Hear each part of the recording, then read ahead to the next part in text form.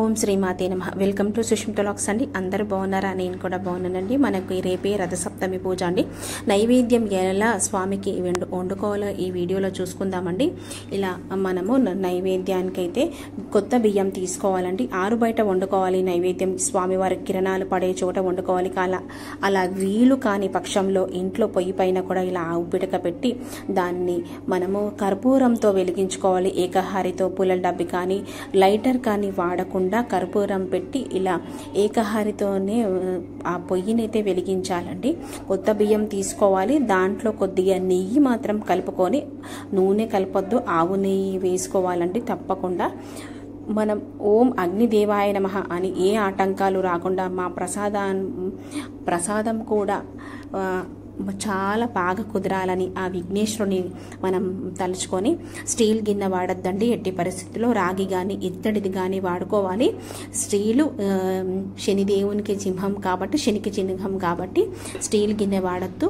పాలు ఆవు పాలే వాడుకోవాలండి. ఇలా ఆవు పాలు మరిగించుకొని ఒక పొంగు వచ్చే వరకు కూడా మనం ఏమి సమర్పించొద్దండి. దాంట్లో మాత్రం ఏమీ వేయకూడదు. ఒక్క పొంగు రావాలండి. అలా పొంగు వస్తే లక్ష్మీ కటాక్షం తప్పకుండా మన ఇంట్లో అమ్మవారి లక్ష్మీదేవి అనుగ్రహం కోసం కూడా ఇలా చేసుకుంటాం కదా. పూర్వకాలంలో గృహప్రవేశాల రోజుల్లో కూడా ఇలా పాలు పొంగిస్తారు కదా. అలా పాలు పొంగే దాంట్లో మనం 3 పిడికల బియ్యం అయితే వేయాలండి.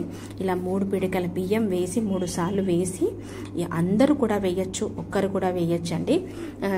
ఇంట్లో ఎంతమంది ఉంటే అంతమంది 3 పిడికల బియ్యం అయితే వేసుకోవచ్చు కొద్దిగా.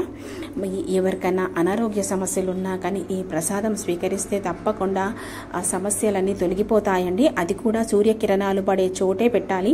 ఇలా ప్రసాదం వండేటప్పుడు నిశ్శబ్దంగా ఉండి ఓం సూర్యనారాయణాయ నమః అని 3 సార్లు ఆ సూర్య భగవానుని తలుచుకుంటే 3 సార్లు మనము బియ్యము ఉడికినాకనే మనము ఇలాచీ పొడైనా అలాగే బెల్లమైనా సమర్పించుకోవాలి.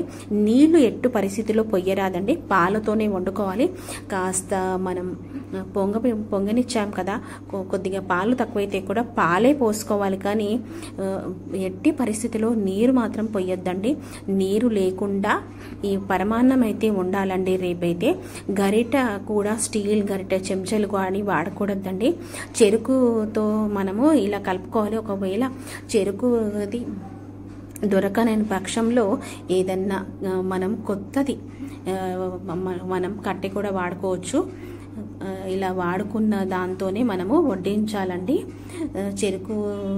చెరుకు గడ్డతోనే మనము ఉంటే తెచ్చుకోండి, లేకపోతే స్టీల్ అయినా సరే వాడుకోవద్దు. కట్టె చెంచాలు ఉంటాయి కదా, దాంతో కూడా వాడి మనము దేవునికి సమర్పించుకోవాలండి. ఇలా మనం చూసుకోవాలి అన్నం ఉడికిందా లేదా అని.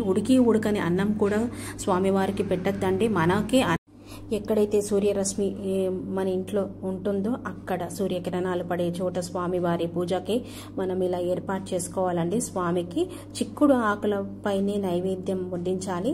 చిక్కుడు ఆకులు దొరకని పక్షాన తమలపాకుల్లో పై కూడా పెట్టుకోవచ్చు. రేగి పండ్లు అలాగే ఈ పరమాన్నం 7 ఆకుల పైన పెట్టుకోవాలండి. 7 గుర్రాలకు చింహం కాబట్టి ఇలా దాంతోనే గరిట స్టీల్ది కానీ ఇత్తడిది కానీ రాగిది కానీ వాడకుండా ఇలా కట్టె దాంతోనే మనం వడ్డించుకోవాలండి. కొత్త కట్టె తెచ్చుకోవాలి. ఒకవేళ చెరుకు గడ్డ దొరకకపోతే ఇలా పూజ చేసుకోవాలండి. రేపైతే దీపం వచ్చేసి గోధుమ దీపం ఎందుకు పెడతారో కూడా నెక్స్ట్ వ్లాగ్లో నేను తప్పకుండా పెడతానండి. వ్లాగ్ అయితే అందరూ కూడా చూడండి. దయచేసి ఒక లైక్ ఇవ్వండి వీడియోకి మాత్రం.